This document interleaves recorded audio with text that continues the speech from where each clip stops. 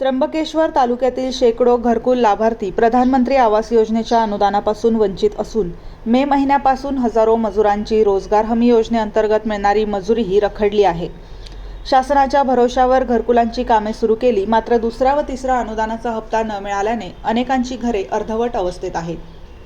पावसाळा सुरू होऊन 2 महिन्याहून अधिक काळ उलटला असून सुमारे 3000 घरकुल लाभार्थी कुटुंबांवर उघड्यावर राहण्याची वेळ आल्याचा आरोप एल्गार कष्टकरी संघटनेने केला आहे।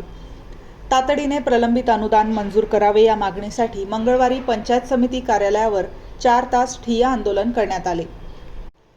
यापूर्वी सर्व लाभार्थ्यांचे बिऱ्हाड पंचायत समिती कार्यालयात आणून राहण्याचा इशारा देण्यात आला होता।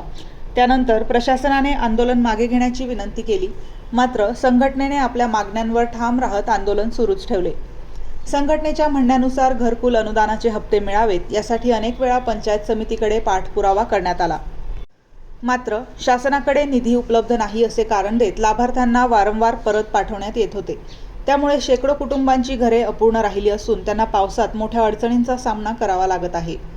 अखेर गटविकास अधिकाऱ्यांनी लेखी आश्वासन दिल्यानंतर एल्गार कष्टकरी संघटनेने आंदोलन मागे घेतले।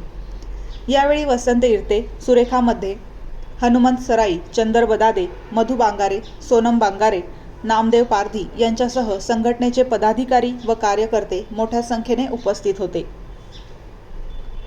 प्रतिनिधी निलेश शेकोकार, त्र्यंबकेश्वर।